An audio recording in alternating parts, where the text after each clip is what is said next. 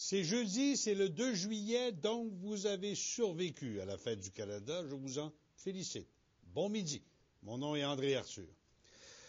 L'industrie laitière, l'agriculture, est un domaine où je ne connaissais rien lorsque je me suis retrouvé député de Portneuf-Jacques-Cartier, où l'on retrouve des agriculteurs qui font métier de fabriquer du lait pour nous. Donc, il a fallu que je me trouve des professeurs, comme par exemple Richard Genet, qui est à la fois un producteur laitier émérite, un jeune homme, il est également le maire de sa localité, Saint-Uribe. Il abandonne sa ferme pendant quelques minutes pour venir nous donner quelques leçons de choses importantes. Jacques Goulet est microbiologiste. Il analyse les petites affaires qui peuvent nous faire un grand tort, comme par exemple les fameuses cyanobactéries ou algues bleues qui vont emmerder l'été si jamais il fait chaud. Et Roger-Luc Chaillet a eu le mandat de surveiller pour nous la descente aux enfers, la déchéance vers le tiers-monde de cette autrefois belle ville, Montréal, qui est en train de devenir la Beyrouth de l'Amérique. Donc, autant de sujets dont nous allons faire le tour après les images de l'actualité que voici.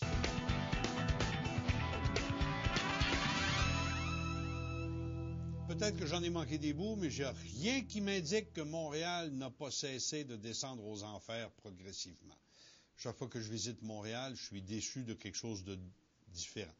Il y a toujours cette impression de laisser-aller total, de l'abandon de l'administration face à ce qu'il y avait de beau à Montréal, à ce qu'il y avait de chic à Montréal, à ce qu'il y avait de humain à Montréal. On se laisse aller. On a demandé à Roger-Luc Chaillet, qui est un journaliste, de s'intéresser pour nous à cette situation.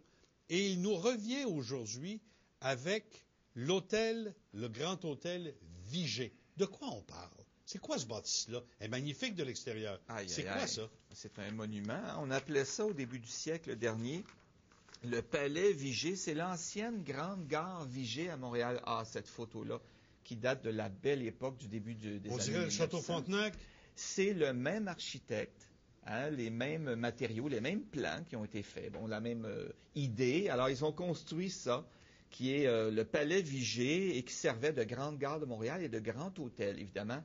L'aristocratie de Montréal, à cette époque-là, qui parlait bien anglais, se donnait rendez-vous pour le thé à cet endroit-là. C'est un joyau du patrimoine mondial. C'est comme le Château Frontenac. C'est une perle. Nous avions à Montréal un palais. Encore, quand c'est pris ces images-là récemment.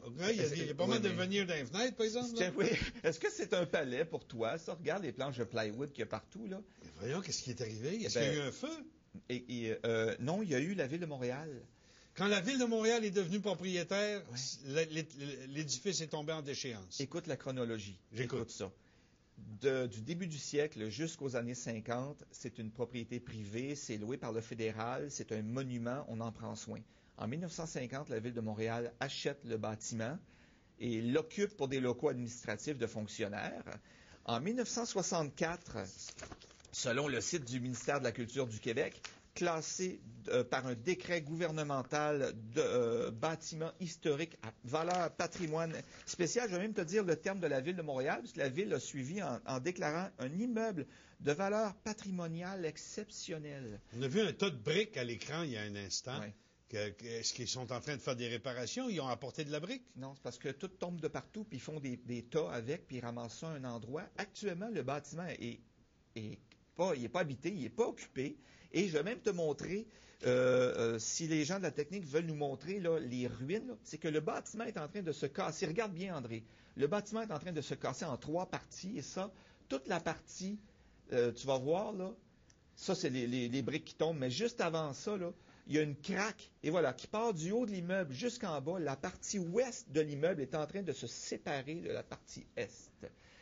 Et les morceaux qui tombent partout, on met des pancartes sur les murs en passant, là, puis c'est bien, on avise les gens de faire attention de ne pas se tuer en allant à côté de ça. C'est un palais à Montréal qui a été laissé à l'abandon par le simple contact avec la Ville de Montréal. Tout était beau, tout était magnifique, c'était un trésor, et la minute où ça devient la propriété de la Ville de Montréal, la détérioration commence. Est-ce qu'ils ont un plan pour le sauver ou s'ils attendent qu'il tombe? il y a des lois, apparemment, il y a attendre qui tombe, parce qu'il y a des lois au niveau du patrimoine, tu es tenu d'entretenir un immeuble comme ça. Hein, c'est évident, c'est un morceau du patrimoine mondial. Ils ne l'entretiennent pas. Il semblerait, d'après les pancartes que j'ai vues quand je suis allé filmer ça, qu'on ait cédé ça à l'entreprise privée pour, on ne sait pas quoi en faire. On voit des pancartes d'entreprises privées là, qui veulent commencer à faire quelque chose avec ça, mais aucune consultation publique. C'est un bâtiment du domaine public. On ne nous dit rien. C'est laissé à l'abandon. Et j'imagine que si c'est négligé à ce point de l'extérieur, ce que ça peut être de l'intérieur, ça n'a jamais été rénové depuis que la ville l'a pris en main. C'est chauffer l'hiver, ou bien si on la laisse... Je ne sais pas, mais ça, c'est l'entrée principale. J'ai aucune idée à l'intérieur, parce que ce que j'ai vu par les fenêtres, c'est que tout a été vidé. Il reste des beams d'acier. C'est tout ce qui reste à l'intérieur, une structure d'acier. Et tout ce que tu vois là, tout ça là, qui a été habité par les employés de la Ville de Montréal pendant 60 ans, jamais ça a été entretenu. Je te signale que ce palace-là, ce palais-là, est situé exactement en face du parc Vigée, où il y a eu un meurtre en fin de semaine d'une personne. Ouais. Et autour de ce palace-là, des immenses bâtiments municipaux modernes aussi, qui sont là, sont aussi abandonnés, je te signale. Mais ça, c'est au cœur de Montréal. On est au cœur de Montréal, juste à côté du Vieux-Montréal. Ben oui. À un endroit qui est... Les touristes passent là, et personne ne peut leur dire ce magnifique palais est notre fierté. Il n'y a plus de fierté, là. Et quand j'y étais, il y avait beaucoup de gens qui prenaient des photos des touristes. Et il y avait, et je m'en excuse, je vais quand même pas trop l'identifier, mais il y avait une fonctionnaire, une colle bleue, qui était là en train de vider les poubelles devant l'immeuble. Et elle pensait que j'étais un touriste. Elle est venue me voir. Puis elle dit, êtes-vous un touriste, quelque chose? Je regarde, je trouve ça dommage, je le sais là-bas. Et elle m'a dit, on s'excuse au nom de la ville. On s'excuse. Mais elle dit, j'ai pas le droit de vous dire ça, mais on s'excuse. Je pense qu'elle était plus en... Une employée de la Ville de Montréal qui voit quelqu'un en train de photographier ce palais en ruine au centre-ville touristique de Montréal, s'approche du preneur de photos et dit, au nom de la Ville de Montréal, je vous présente mes excuses. Oui. Une charmante employée qui était très lucide et très consciente de ce que je voyais. C'est très triste de voir ça. Mais là, tu parles d'entreprise privée. Ouais. Est-ce qu'il a été cédé ou non, le palais? On ne sait pas. À Montréal, tu sais, il n'y a rien qui ressort de rien. Quand tu demandes à l'hôtel de ville une question, tu n'as jamais de réponse. Il y a une pancarte devant l'immeuble qui annonce un projet quelconque, mais pas de budget, pas rien. On dit, bon, société de développement ici, ça, avec un numéro de téléphone. Va savoir. Est-ce que ça va être rénové? Est-ce que ça va être cédé à l'entreprise privée pour convertir en hôtel? Est-ce que c'est pas une valeur, ça, que la ville pourrait peut-être utiliser pour, je sais pas, moi, rentrer... Est-ce que c'est pas une obligation, quand tu es une ville qui se respecte, que lorsque tu as quelque chose de valeur, d'en prendre soin? À la base, là, un propriétaire privé qui laisserait se défaire un immeuble de cette qualité-là, on le dénoncerait, ça serait la première page des journaux, et on dirait « t'es un salaud ». À Montréal... Je le dénonce et je dis que t'es un salaud. Moi, je le dis. Et je m'en excuserai pas. Les gens de Montréal savent qui je suis très bien.